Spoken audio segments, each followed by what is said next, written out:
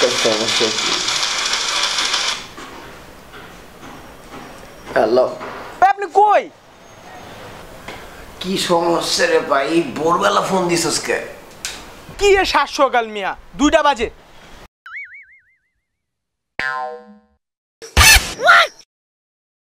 বিপদে ভাই, একটা বিপদে ঝামেলা হয়েছে, একটা ঝামেলা হয়েছে ভাই। ছাদে ওয়েট করতেছি ভাই, প্লিজ। হ্যাঁ ভাই, জলদি ভাই, একটু প্লিজ ভাই, একটু জলদি একটু।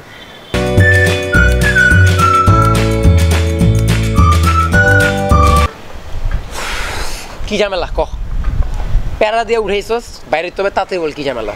আরে ভাই, ওই দিন আপনারা দেখলাম এরকম, আপনি একটা ক্যাফেতে আছেন, আপনার সাথে একটা ছেলে আছে, ছেলের এরকম কি ঘাড়ে ট্যাটু, এরপর কানে দুল, হাতে রেসলেট, এরকম স্পাইক করা, কালার করা। আবার মেয়েরে দেখলাম একটা, ওই ছেলের পাশে বসা মেয়ে, বোরকা পরে নাই, হিজাব পরে নাই। ভাই এইগুলোর সাথে যে আপনি যাইতেছেন, ঠিক আছে, হ্যাঁ, মানুষজন দেখলে কি ভাববো?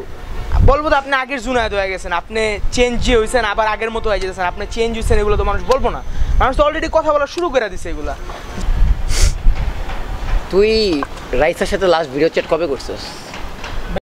আরে ভাই, আজকে আসার আগে একটু কথা বলছি। ভিডিও চ্যাট আসার টাইমে বোরকা মেকআপ পরে আসছিল? কিন্তু না, আমার সামনে আর বাসার মধ্যেও আমার সামনে কি বোরকা টোরকা পরে আসবো? এই সমস্যা কি?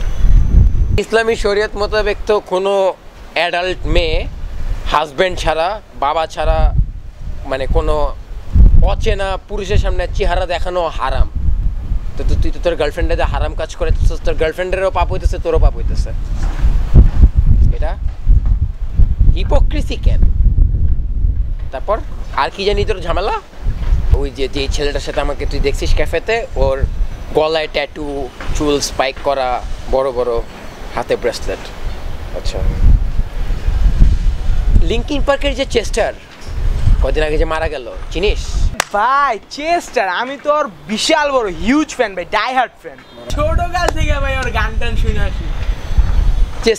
চেস্টারের কোনো মিউজিক ভিডিও দেখছো? চেস্টারের গলায় ট্যাটু আছে? ওরা তো ভাই সেলিব্রিটি ভাই, ওরা। ও আচ্ছা, হ্যাঁ হ্যাঁ হ্যাঁ, চেস্টার তো সেলিব্রিটি তো 7 খুন মাফ। আচ্ছা, সালমান খান চিনিস? বলিউডের অ্যাক্টর। ভাই আপনি সুলতানের কথা কন, সুলতান। আরে সালমান খানের কানে তো, 2 কানে তো কান ফোরানো, কানে দুল আছে। সেলিব্রিটি কেউ আবার দোষ টোষ আছে নাকি? ওরা তো সেলিব্রিটি। 2 কান পিয়ার্স করা, ও 2 কানের মধ্যে রিং পরে, বাট তারপর ওর না সমাজের, ইন্ডিয়ান সোসাইটিতে ওর অবদান আছে। লাইক ওর বিং হিউম্যান নামে একটা ফাউন্ডেশন আছে, যেখান থেকে আনপ্রিভিলেজদের হেল্প করা হয়, হেলথ আর এডুকেশন নিয়ে। তো একদিকে চেস্টারের তুই বিশাল ফ্যান, চেস্টার মারা যাওয়াতে হয়তো বা খুব স্যাড হয়েছে। আমিও চেস্টারের ফ্যান, অনেক বড় ফ্যান।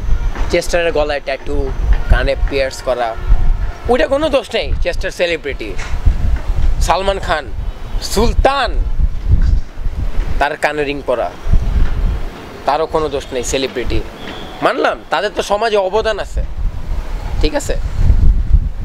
বাংলাদেশের কারো আমি নাম মেনশন করলাম না, ইন্ডিয়ান সোসাইটিতে সালমান খানের অবদান আছে। কিন্তু তোর তো মগা লাগে দেখতে, তোর না আছে কানে ছিদ্র, না আছে গলায় ট্যাটু, না আছে লম্বা চুল, না তুই হাতে ব্রেসলেট পরেস। তুই একটু বল, লাইক তুই এই সমাজের জন্য কি করছিস?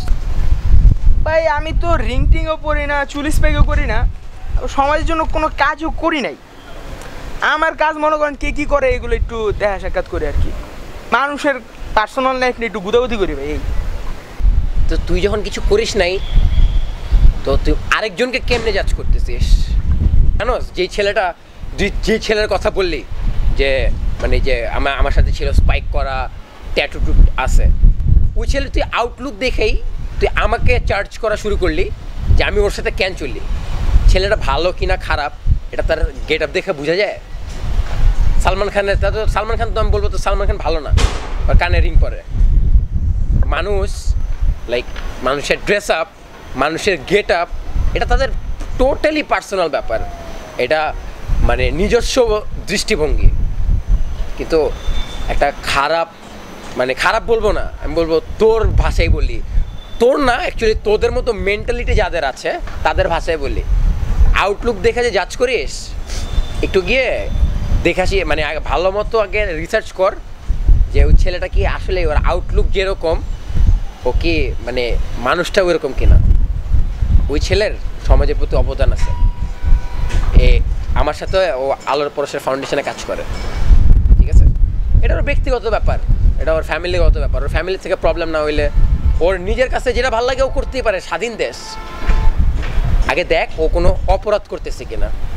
ও যদি কোনো অপরাধ না করে থাকে ওর আউটলুক নিয়ে জাজ করার অধিকার তোর আমার নাই। তুই কি কখনো এটা পড়িস না, ডোন্ট জাজ আ বুক বাই ইটস কভার? পড়ছি ভাই, ডোন্ট জাজ এ বুক বাই ইটস কভার পড়ছি। রাখ, কি পড়ছিস তুই? তো সারাদিন পড়ছ থোবরা, আই মিন থুকু ফেসবুক ছাড়া তুই জীবনে কোনো বই পড়ছস? 45 বছর আগে তো দেশ এরকম ছিল না, দেশ এখনো উন্নত না, বাট জোরটু কি হয়েছে, এর পিছনে কাদের কাদের অবদান আছে তাও তো তুই জানিস না। উন্নতি তো ভাই করছে, তো সরকারি যা করার করছে উন্নতি, আর কি করবো সরকার ছাড়া? এমনি ইন্ডিভিজুয়ালি কারো নাম টাম জানি না, সরকারই করছে মনে হয়। একটা বাংলাদেশি রাইটারের নাম বলতো, হুমায়ুন আহমেদ স্যার বাদে, জাফর ইকবাল স্যার বাদে, লেজেন্ডারি আগের, পারবি না বলতে। তুই নিজে কি তুই তাও জানিস না, আমি গ্যারান্টি দিলাম। তুই এখনো নিজেকে ভালো মতো জানিস না, তুই আরেকজনকে জাজ করার রাইটস তোকে কে দিছে? তোর তো রাইটস নাই। ইনফ্যাক্ট আমারও রাইটস নেই কাউকে জাজ করার। আর যদি হ্যাঁ মুসলিম দৃষ্টিভঙ্গিতে বলি, একমাত্র বিধাতা, একমাত্র ঈশ্বর, একমাত্র সৃষ্টিকর্তা, একমাত্র আল্লাহর রাইটস আছে আমাদের জাজ করার। তারপরে যদি জাজ করার কারো রাইটস থাকে তাহলে আমাদের বাবা মা, তারা আমাদের জাজ করতে পারে। আর আমরা যারা আসি কারো ভুল দেখলে ভুলটা ধরায় দিতে পারি, জাজ করতে পারি না, তার ব্যাপারে সমালোচনা খারাপ মন্তব্য করতে পারি না। এটা মানে অসুস্থ বা বিকৃত মস্তিষ্কধারীদের কাজ। আমি এটা লাইক কি বলবো, এটা আমার নৈতিক দায়িত্ব। তোরে আমি জাস্ট এটা ভালো মতো বুঝাইলাম। শুধু তোর না, তোর মতো এরকম মেন্টালিটির মানুষের অভাব নেই এই সোসাইটিতে, বাট আমার একার দ্বারা তো পসিবল না। ইনফ্যাক্ট আমি যদি 1000 মানুষের সিন্ডিকেট নিয়েও মোটিভেট করার ট্রাই করি তাও এটা পসিবল না, যতদিন পর্যন্ত মানুষের মধ্যে সেলফ রিয়েলাইজেশন না আসবে।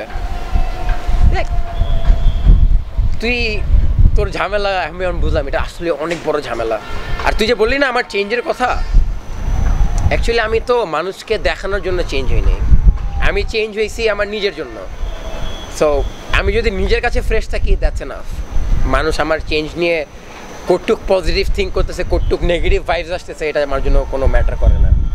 ভাই আসলে আপনার কথা শোনার পরে গিল্টি ফিল হইতেছে আমার।